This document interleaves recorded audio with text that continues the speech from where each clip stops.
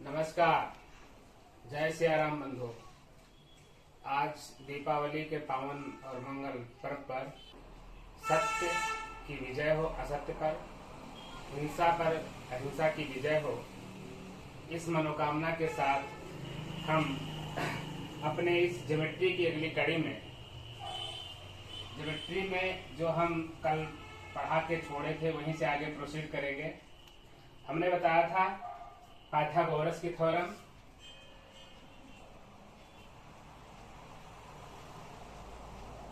और दूसरी चीज बताई थी हेरोन्स फार्मूला एरिया निकालने के लिए। इन पर हम कुछ क्वेश्चन करेंगे। और दूसरी बात, जो equilateral triangle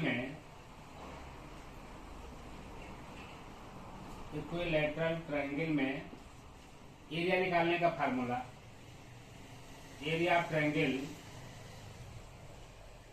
is equal to under root s minus A S minus B S minus c के फार्मूला से इक्विलैटरल ट्रायंगल का एरिया √3/4 ए स्क्वायर जो प्रूव किया था, हम इस हेरोन फार्मूला से प्रूव करेंगे। मान लेते हैं कोई ट्रायंगल है जिसकी तीनों साइड ए है, तो इसमें हमारा एस क्या हो जाएगा, बताया था सेमी पेरीमीटर से कहते हैं, यानी कि a plus A upon 2 means 3a/2। बस इसी में वैल्यू हम रखते जाएंगे। तो area of triangle is equal to under root S के जगह पर 3a/2, S minus A S minus B S minus C A B C सब तीनों हमारे पास ए है। इसका मतलब कि 3a/2 में से ही a सब्ट्रैक्ट करेंगे, फिर से a सब्ट्रैक्ट करेंगे, s minus A S minus B और s माइनस सी। अगर देखिए 3a/2 बना रहेगा, 3/2 में से 1 निकलेगा, 3/2 a में से 1 a है तो हाफ a बनेगा। 3/2 मतलब 1.5, तो हाफ ए, यहाँ पर भी हाफ ए ऊपर रहेगा और यहाँ पर भी हाफ ए। हम यहाँ पर देखते हैं कि ए का एक पेयर बना तो ए यहाँ आ गया, दूसरा पेयर बन रहा है तो एक ए यहाँ पर आ गया, 2 का एक पेयर यहाँ है, 2 का यहाँ आएगा तो 2 बार ये 2 आ जाएगा। लेकिन 3 का रूट नहीं निकलेगा तो यहाँ बाहर जाएगा, यानी कि ये बन जाएगा √3a²/4। इसकी मदद से इक्विलैटरल ट्रायंगल का एरिया हम इस तरह निकाल सकते हैं। यानी हेरोन्स फार्मूला यहाँ पर भी फिट बैठ जाता है, जिसमें 3 साइड मिली हो, हेरोन्स फार्मूला लगा देंगे। इक्विलैटरल ट्रायंगल का एरिया हमने हाफ बेस इंटू हाइट की मदद से जब इस पर परपेंडिकुलर डाल करके किया था, कल हमने आपको बताया था। अब आइसोसेलेस ट्रायंगल में भी हमने हेरोन्स फार्मूला लगाया था, पाइथागोरस थ्योरम नहीं लगाई थी। अब उसमें पाइथागोरस थ्योरम लगा करके दिखाते हैं कि आइसोसेलेस ट्रायंगल का एरिया कैसे निकाला जाए। तो आइसोसेलेस ट्रायंगल, इसमें हमने बताया था ये साइड ए है, ये साइड ए है, यहाँ पर एक्स है। कल हमने यहाँ पर हेरोन्स फार्मूला लगा दिया था, ये वाला तरीका। तो इस वाले के लिए क्या करेंगे, परपेंडिकुलर डालते हैं। मैंने बताया था दोनों तरह कर सकते हैं, लेकिन छोड़ दिया था मैंने, नाम दे देते हैं A B C. Pythagoras theorem लगाएंगे, क्योंकि ये तो साइड बराबर है, वहां से परपेंडिकुलर जो डालेंगे मिड पॉइंट पर ही पड़ेगा। तो जितना इतना x है तो इतनी साइड केवल x/2 हो जाएगी। इसका नाम दे देते हैं हम m दे देते हैं, इसकी लंबाई पूरी x/2। तो applying Pythagoras theorem,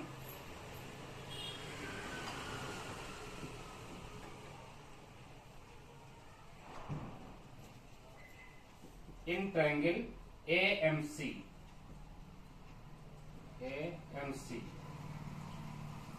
AM² plus MC² is equal to AC²। m की वैल्यू हमें चाहिए होगा, तो AM², MC की value x/2 whole square is equal to AC² means A²। इसका मतलब हुआ कि AM² equal to A² minus x square upon 4, जिसे हम लिख सकते हैं 4a square minus x square upon 4। और am इक्वल टू क्या हो जाएगा, रूट लगा देंगे 4a square minus x square upon 4। अब हम एरिया ऑफ ट्रायंगल की बात करें। Now area of triangle is equal to area of triangle is equal to half base into height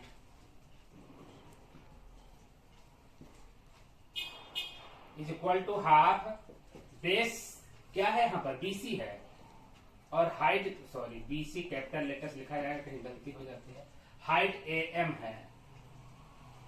तो हाफ बेस बीसी की वैल्यू पूरी एक्स मान के चला हूं, और एम की वैल्यू अभी भी निकाला अंडर रूट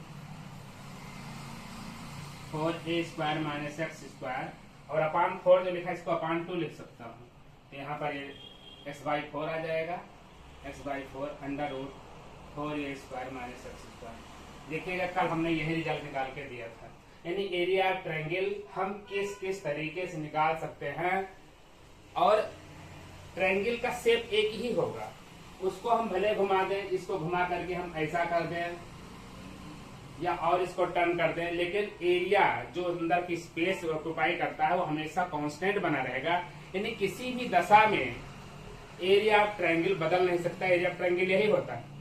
और इसी कॉन्सेप्ट को लेकर के एरिया ऑफ ट्रायंगल एक ही बना रहेगा, कांस्टेंट रहता है, इसकी मदद से बहुत सारे क्वेश्चन लगेंगे, बहुत सारे एप्लीकेशंस हैं। मैं एक उस पर सवाल उठा के आपको दिखाता हूँ। पाइथागोरस थ्योरम का यूज होगा, एरिया ऑफ ट्रायंगल का यूज होगा, और एक बहुत अच्छा बहुत इंपॉर्टेंट बोर्ड के पॉइंट ऑफ व्यू से बहुत इंपॉर्टेंट क्वेश्चन है, मैं आपको प्रूव करके दिखाता हूँ। ये हमारे सामने एक क्वेश्चन है। सिर्फ इस क्वेश्चन में हमें दिखाना चाहते हैं कि पाइथागोरस थ्योरम, और दूसरा कॉन्सेप्ट जो हमने बताया कि एरिया ऑफ ट्रायंगल हम किसी को भी, 3 साइड होती है, किसी को भी बेस मान करके उस पर परपेंडिकुलर ड्रॉप करके निकाल सकते हैं। यानी एरिया ऑफ ट्रायंगल 3 तरीके से, यानी कि पहले AB को बेस मानते हैं, उस पर परपेंडिकुलर, BC को बेस मानते हैं, उस पर परपेंडिकुलर, या CA को बेस मानते हैं, परपेंडिकुलर डाल करके हम ये निकाल सकते हैं। इन्हीं 2 कॉन्सेप्ट का एरिया ट्रायंगल और पाइथागोरस थ्योरम की मदद से एक क्वेश्चन हमारे पास बन के आता है जो बहुत ही इंपॉर्टेंट है, एग्जाम में बहुत ही पूछा जाता है, और ये कोऑर्डिनेट ज्योमेट्री में भी पूछा जाता है, उसमें कोऑर्डिनेट दिए होते हैं, लेकिन क्वेश्चन बिल्कुल इसी तरीके से है। आइए इसको देखते हैं कैसे सॉल्व करेंगे इसको। इसका प्रूफ है तो हम प्रूविंग का है तो proof. ABC is a right triangle eight C पर राइट एंगल है 90 डिग्री बनता हुआ, और एक ट्रायंगल बनता है ABC। अब A और B तो कहीं भी रख सकते हैं। Right angle at C, if P is the length of perpendicular from C to AB, C से AB पर परपेंडिकुलर अगर ले जाते हैं, इस परपेंडिकुलर की length P,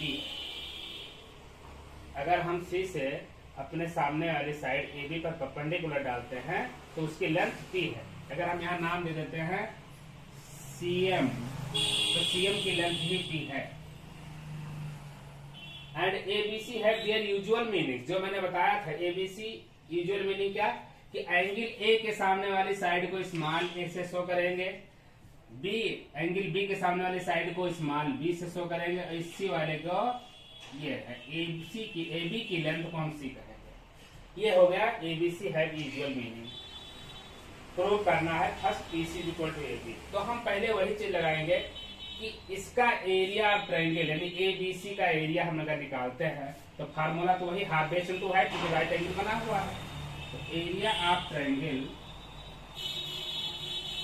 ABC is equal to half base, एक बार BC रख देते हैं, फार्मूला वही रखते हैं, हाफ बेस इनटू हाइट, यानी कि इसी को हम ले सकते हैं हाफ बेस BC, और इसके ऊपर हाइट पूरी आपकी AC है। और यही चीज एरिया दोनों केस में बराबर आएगी। जब हम परपेंडिकुलर C से AB पर डालते हैं तब हमारा AB एक बेस बन जाएगा, AB एक बेस बनेगा, और वर्टेक्स C से परपेंडिकुलर की लेंथ मालूम है, यानी उस समय हमारा बेस एज ए बी काम करेगा, हाफ लगा लेता हूँ, half base into height, A B काम करेगा और उस पर डाला हुआ परपेंडिकुलर सी एम होगा। बस ऐसे बहुत सारे क्वेश्चन आपको मिलेंगे जहां पर इन चीजों का इस्तेमाल करना होगा। इनसे एक अननोन क्वांटिटी निकल के आ जाया करेगी, 2 क्वांटिटी 3 क्वांटिटी मालूम होगी और चौथी निकल आएगी। अब आप यहाँ पर देखें दोनों तरफ से बराबर हैं तो हाफ हाफ कैंसिल कर सकते हैं। BC की वैल्यू है, BC की वैल्यू A, AC की वैल्यू है B is equal to AB की वैल्यू है हमारी C और CM की वैल्यू है P, यानी AB is equal to CP। यही तो है PC is equal to AC है, this implies PC is equal to AB। पहला पार्ट प्रूव हो गया, है ना आसान, बहुत आसान है। पहला पार्ट अब प्रूव हो गया, इसी की मदद से सेकंड पार्ट प्रूव करेंगे। सेकंड पार्ट में क्या है कि यहाँ पर 90 डिग्री बन रहा है तो पाइथागोरस थ्योरम लगेगी, ABC में लगा दें तो applying Pythagoras theorem, applying Pythagoras theorem in triangle ABC, in right triangle ABC, क्या होगा यहाँ पर AB square is equal to AC square plus BC square, hypotenuse square is equal to perpendicular square plus BC square. AB क्या है यहाँ पर C है, C square is equal to AC की वैल्यू है B square plus A square. हमारे पास जो पहला इक्वेशन था उस इक्वेशन में हम इस इक्वेशन को यूज करेंगे। इस इक्वेशन ऐसा करते हैं, इसी को हम पहला इक्वेशन मान लेते हैं। अच्छा फर्स्ट आप प्रूव कर चुके हैं, इसको सेकंड मान लेते हैं। अब लिखते हैं फ्रॉम फर्स्ट, फ्रॉम फर्स्ट। यहाँ पर P की जरूरत है हमको तो P रोक लेते हैं, P is equal to AB upon C। From first P is equal to AB upon C, square कर देते हैं। एक काम करते हैं, हमको जरूरत है 1 अपॉन P स्क्वायर की, चलो पहले P स्क्वायर कर देते हैं। दिस इम्प्लाइज यानी स्क्वायरिंग बोथ द साइड्स, तो this implies P square is equal to A square B square upon C square. होगा कि नहीं होगा? इसका स्क्वायर किया तो यहाँ पर भी A का स्क्वायर होगा, B का स्क्वायर होगा, नीचे C का स्क्वायर होगा। अगर हम इसको रेसिप्रोकेट कर दें, रेसिप्रोकल इसका ले लें तो 1 upon P square is equal to C square ऊपर चला जाएगा, A स्क्वायर B स्क्वायर आ जाएगा, नहीं आ जाएगा? टेकिंग रेसिप्रोकल हम लिख दें, जिसे आप सब समझ रहे होंगे, टेकिंग रेसिप्रोकल। C स्क्वायर का यूज हम यहाँ से कर दें सेकंड वाले से, 1 upon P square is equal to C square की जगह पर A square plus B square upon A square B square. This implies अब क्या होगा 1 upon P square is equal to, denominator में लगा हुआ, अगर हम इसको तोड़ते हैं तो हर न्यूमरेटर के एक एक टर्म के साथ में A स्क्वायर B स्क्वायर लगता रहेगा, यानी A square upon A square B square plus यहाँ से स्प्लिट होगा P square upon A square B square. A square से स्क्वायर कट जाएगा, B स्क्वायर से B स्क्वायर कट जाएगा, यानी हम यहाँ देखेंगे 1 upon P square is equal to 1 upon B square plus 1 upon A square, जो कि आपको प्रूव करना था, आगे पीछे लिखा हुआ है। इस तरह से आपका सेकंड भी प्रूव होता है, सेकंड भी प्रूव होता है।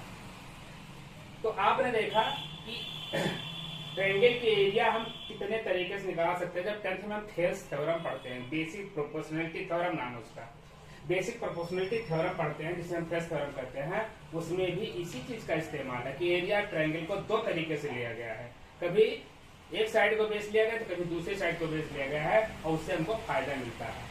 हम अपना जो मनमाना चाहते हैं वो पा जाते हैं, जो अननोन क्वांटिटी होती है वो मिल जाती है। उसका यूज करके हमने यहाँ पर दिखाया और पाइथागोरस थ्योरम का यूज करके हम यहाँ पर दिखाए। हमने आपको एरिया बनाना सिखा दिया, एरिया ट्रायंगल बता दिया। अब कुछ ट्रायंगल्स के बारे में और उसकी जो विशेष प्रॉपर्टी है, जो कुछ उसकी क्वालिटीज है वो हम अब बताएंगे। तो हम अब वहां से फिर से स्टार्ट करते हैं कि जब ट्रायंगल को बताया था कि साइड के बेसिस पर हम डिवाइड कर सकते हैं और एंगल के बेसिस पर। साइड के बेसिस पर मैंने बताया था इक्विलैटरल ट्रायंगल, आइसोसेलेस और स्केलिन। इक्विलैटरल ट्रायंगल में तीनों साइड बराबर होती हैं, इसलिए हमने कहा था अगर तीनों साइड बराबर है तो तीनों एंगल बराबर होंगे। उनको हम इक्वल एंगुलर ट्रायंगल भी कह सकते हैं और कहते हैं, इक्वल एंगुलर ट्रायंगल भी कहते हैं। आइसोसेलेस ट्रायंगल हमने बताया जिसमें दो साइड बराबर हो, और स्केलियन हमने बताया जिसमें कोई भी साइड बराबर ना हो, तीनों के तीनों साइड डिफरेंट हो, तो स्केलियन होता है। और इस पर हमने चर्चा कर लिया, बना के भी दिखा दिया। इक्विलैटरल ट्रायंगल में हमने ये भी बताया कि जो चार सेंटर पाए जाते हैं चारों एक ही होते हैं, कॉमन होते हैं। आइसोसेलेस ट्रायंगल में भी अभी हमने एरिया निकालना दिखाया, जिसमें दो साइड बराबर होगी, कोई दो साइड बराबर होगी, तीसरी डिफरेंट होगी, दो बराबर होगी, तीसरी डिफरेंट होगी। जब दो बराबर होगी तो उनके सामने के एंगल बराबर होंगे, यानी ये दोनों एंगल इक्वल होंगे, ये इसकी प्रॉपर्टी होगी। इसके बाद में एंगल का जो ये वर्टेक्स होगा, जो दो साइड बराबर होने वाली है उनसे परपेंडिकुलर डाला जाएगा, तो वो परपेंडिकुलर बाइसेक्टर भी होगा, यानी मिड पॉइंट पर भी मिलेगा, परपेंडिकुलर भी होगा, और ये इसकी हाइट भी होगी। स्केलियन ट्रायंगल कोई भी तरीके का ट्रायंगल हो सकता है, कुछ भी तरीके का।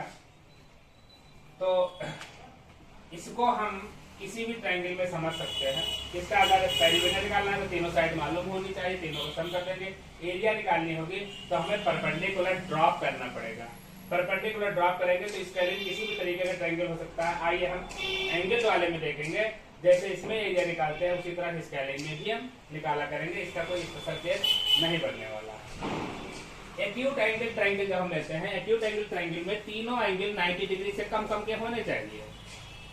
तो इसमें परपेंडिकुलर का हमें जरूरत पड़ती है तो परपेंडिकुलर बीच में ही पड़ जाता है। ये परपेंडिकुलर की लेंथ मालूम हो जाए और यहाँ पर पाइथागोरस थ्योरम लगा करके हम इसकी एरिया निकालेंगे। जब राइट एंगल ट्रायंगल हो तो आप इसमें जानते हैं ऑलरेडी 90 डिग्री दिया गया है, तो पाइथागोरस थ्योरम लगेगी और इससे राइट एंगल ट्रायंगल का एरिया आराम से निकल जाता है। ऑब्ट्यूज एंगल ट्रायंगल है, ऑब्ट्यूज एंगल में जिसमें एक एंगल 90 डिग्री से ज्यादा हो। ऑब्ट्यूज का मतलब होता है राइट एंगल से ज्यादा हो एक एंगल। जैसे मान लेते हैं ये 120 डिग्री का है, तो ट्रायंगल हमारा इस तरह से बनकर तैयार होगा, ABC। अब बात ये आई कि अगर हम BC को बेस मानते हैं, and in order to find the area of triangle ABC, what will be the perpendicular from the vertex to the base BC? BC पर हमारा बेस, BC को बेस माने तो BC पर हमारा परपेंडिकुलर कहाँ आएगा? वर्टेक्स तो ये है, तो A से हम परपेंडिकुलर डालेंगे और ये पड़ेगा कहाँ? On the extended part of BC। ये बहुत जानने की जरूरत है। परपेंडिकुलर अपने सीधे पर ही आकर के गिरेगा। अब उसको परपेंडिकुलर के फुट को रोकेगा कौन? BC का बढ़ा हुआ हिस्सा जो है extended part of CB। C से B की तरफ आती हुई लाइन आएगी और ये, लेकिन BC बेस इतना ही रहेगा। If you have taken MC as a base, you will find the area of whole triangle AMC, but you have to find the area of only ABC। ABC पाने के लिए base कितने का base ले रहे हैं उतने ही ट्रायंगल का एरिया पाएंगे। अगर आपने पूरा MC बेस ले लिया तो पूरा AMC ट्रायंगल का एरिया पा जाएंगे। इसका मतलब हुआ कि चाहे आप ट्रायंगल AMB का एरिया निकाला है तो भी परपेंडिकुलर AM होगा, पूरा आप AMC का निकालें तो भी परपेंडिकुलर AM ही होगा, और अगर आप ट्रायंगल ABC का एरिया निकालें तो भी परपेंडिकुलर AM ही होगा, बस बेस बदलता चला जाएगा। ये बात समझने की जरूरत है। बेस जितना होगा, अगर बेस BC ही लेते हैं तो सिर्फ ABC का एरिया आएगा, अगर MB ही बेस लेते हैं तो ट्रायंगल AMB का एरिया आएगा, और अगर पूरा MC बेस ले लेते हैं तो पूरा ट्रायंगल AMC का एरिया आएगा, जिस सबके लिए परपेंडिकुलर सिर्फ AM ही होगा, हाइट AM ही होगी, अल्टीट्यूड AM ही होगी। बात समझ में आ रही होगी। ये बात हो गई ऑब्ट्यूज एंगल ट्रायंगल के लिए। तो कोई भी तरीके का, जैसे स्केलियन में बात करते हैं, कोई भी ट्रायंगल हो तो इसी तरीके से या तो परपेंडिकुलर डालेंगे अंदर आएगा, या तो परपेंडिकुलर बाहर जाएगा। और राइट एंगल ट्रायंगल है तो इस तरह से अपने आप में ही परपेंडिकुलर है। एरिया निकाल सकेंगे या कोई थ्योरम से प्रूव कर सकेंगे, लेकिन हमारे पास तरीका अल्टीट्यूड का ये होगा। अब इस तरह से 6 टाइप के ट्रायंगल, 3 एंगल के बेसिस पर और 3 साइड के बेसिस पर हमने आपको पढ़ा दिए, और इसमें जो प्रॉपर्टी है वो हमने लगभग बता दी। अभी बहुत कुछ आगे बढ़ता जाएगा। जब मीडियन एक दूसरे को काटते हैं तो 2:1 में काटते हैं, जहाँ पर सेंट्रॉइड होता है, ये सब और अभी आगे आपको क्लास में मिलती चली जाएंगे। तो अभी हम ट्रायंगल के बारे में आपको पुख्ता जानकारी दी है। अब इस ट्रायंगल के वैरायटी के बाद जाने एक थोड़ा सा एक और चीज जान लें कि कोई अगर ट्रायंगल है, सपोज करिए यही हमने ऑब्टयूज एंगल बनाया था, इस साइड को हमने बढ़ा दिया था, कोई एक साइड जब बढ़ा देते हैं, कोई एक साइड बढ़ा देते हैं, तो वहां की दूसरी जो एडजेसेंट साइड है उससे बना हुआ एंगल एक्सटीरियर एंगल कहलाता है। और भी देख लीजिए, जैसे ये हमने बनाया, इसको बढ़ा दिया तो यहां बना हुआ एक्सटीरियर बनेगा, अगर हमने इसको बढ़ा दिया तो ये एक्सटीरियर होगा। तो इसमें फार्मूला होता है कि जो एक्सटीरियर एंगल ये है, exterior angle is equal to जो दूर वाले इससे जुड़ा हुआ तो ये एंगल है एडजेसेंट एंगल, इसको छोड़ करके बाकी के दोनों एंगल, हम कहते हैं ये एक्स है ये वाई है, तो इन दोनों के सम के इक्वल होता है। यानी exterior angle of a triangle is equal to sum of two distant interior angles, जो दूर के दोनों इंटीरियर एंगल होते हैं उनके सम के इक्वल एक्सटीरियर एंगल होता है। और ये निकाल भी सकते हो क्योंकि 180 डिग्री होता है तीनों मिलाकर के, ये x हो गया ये y हो गया, तो ये बचा कितना, 180 में से कम कर लो, 180 माइनस एक्स प्लस वाई। अब ये मिला के लीनियर पेयर है, ये 180 होता है, तो ये 180 में से इसको माइनस कर लो, 180 में से इस एंगल को माइनस कर लो, 180 माइनस, हम यहाँ पर इसका वेक्टर लगा लेते हैं x प्लस वाई, तो 180 minus 180 plus x plus y cancel हो गया, वही एक्स प्लस वाई आ गया। ये लीनियर सम प्रॉपर्टी से ही आता है, लीनियर पेयर से, कि ये x है y है, जैसे x और y यहाँ मिला करके 180 होता है, ये दोनों आपस में मिला करके 180 होती है, वो दोनों यहाँ पर होनी चाहिए, यहाँ पर आ गई। तो ये इंटीरियर एंगल प्रॉपर्टी है, आपको समझाया, बहुत काम करेगा। दो एंगल हम जोड़ेंगे, फिर 180 में से माइनस करेंगे, फिर ले जाएंगे तीसरी जगह 180 में से उसको माइनस करेंगे, उससे जगह पर सीधे बता देंगे कि दो एंगल का सम एक्सटीरियर एंगल दे देता है। अब उसके बाद में एक इनइक्वालिटी की बात आती है जो जानने की जरूरत है, बहुत जरूरत है। इनइक्वालिटी,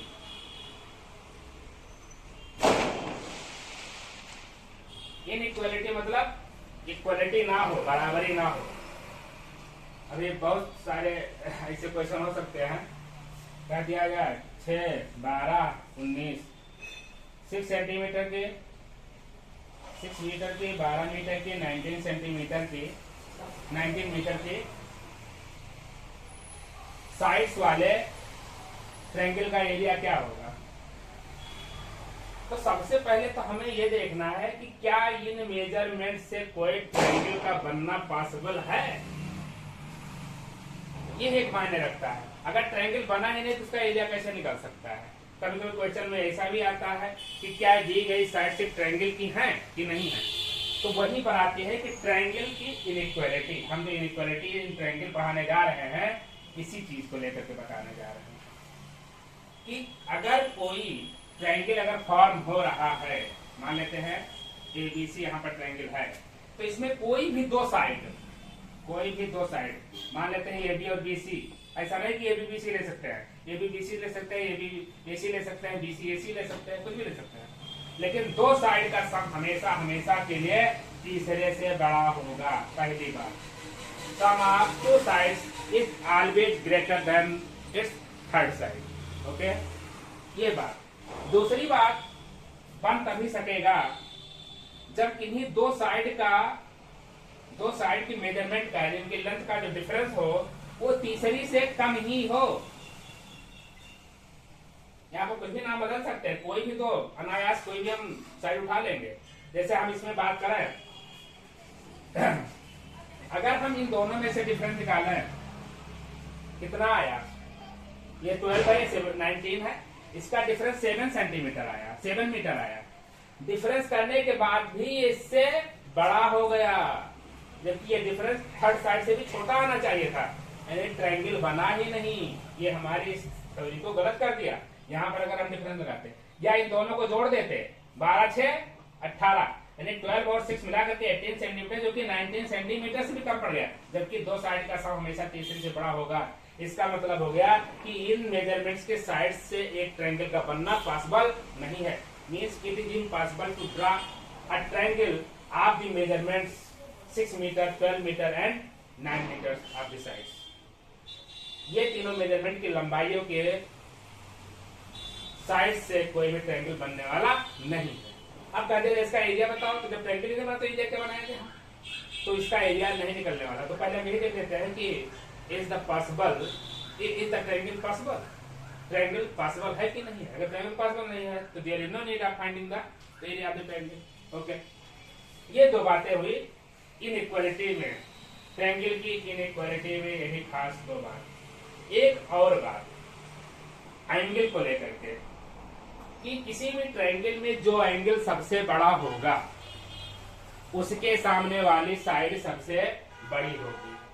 सपोज करिए कि इसमें यही एंगल बड़ा दिख रहा है तीनों एंगल से, तो इसके सामने वाली साइड बड़ी होगी। Larger the angle, larger the side opposite to the angle. जो एंगल बड़ा होगा उसके सामने की साइड बड़ी होगी। तो उल्टा भी बोल सकते हैं, वाइस वर्सा, कि जो साइड सबसे बड़ी होगी वो अपने सामने सबसे बड़ा एंगल सबटेंड करेगी। यानी एक ट्रायंगल बनाने जा रहे हैं, बड़ी सी साइड, दो बाकी हम छोटी छोटी साइड रख लेते हैं। तो अपने ये सामने ये बड़ा एंगल ही, यानी इन तीनों एंगल में इनमें इनमें इनमें सबसे बड़ा एंगल यही होगा। और इसका ये भी मतलब हुआ कि जो साइड सबसे छोटी होगी उसके सामने का एंगल भी सबसे छोटा होगा। इसका मतलब कि जो एंगल सबसे छोटा होगा उसके सामने की साइड भी सबसे छोटी होगी। ये भी इसमें हो गया। तो ये इनइक्वालिटी इन ट्रायंगल हमने बता दिया। साइड के इसमें लिख दिया, और इसमें अगर लिखना चाहें तो ये भी लिख दें, larger the angle, larger the angle, larger the sides opposite to it, opposite to it, and vice versa लिख देता हूं। इतने से समझ जाइए कि जो साइड लंबी होगी उसके सामने का एंगल बड़ा, या जो एंगल सबसे बड़ा होगा उसके सामने की साइड बड़ी होगी, जो एंगल छोटा होगा उसके सामने की साइड छोटी होगी, जो साइड छोटी होगी उसके सामने का एंगल छोटा होगा, जो साइड बड़ी होगी उसके सामने का एंगल बड़ा होगा। बहुत इंपॉर्टेंट रोल प्ले करने वाला है ये आगे चल करके, देखिएगा। और 9th में तो इनइक्वालिटी बहुत जबरदस्त है वाकई में। अगर आप उसको अच्छे से दिमाग लगा के न लगाएं तो टफ होते सवाल फंस जाएंगे एग्जाम में। तो ये रही ट्रायंगल की इनइक्वालिटी। अब इसके बाद आती है बात, हम ट्रायंगल पर ज्यादा कुछ सब कुछ लगभग बता ले चुके हैं।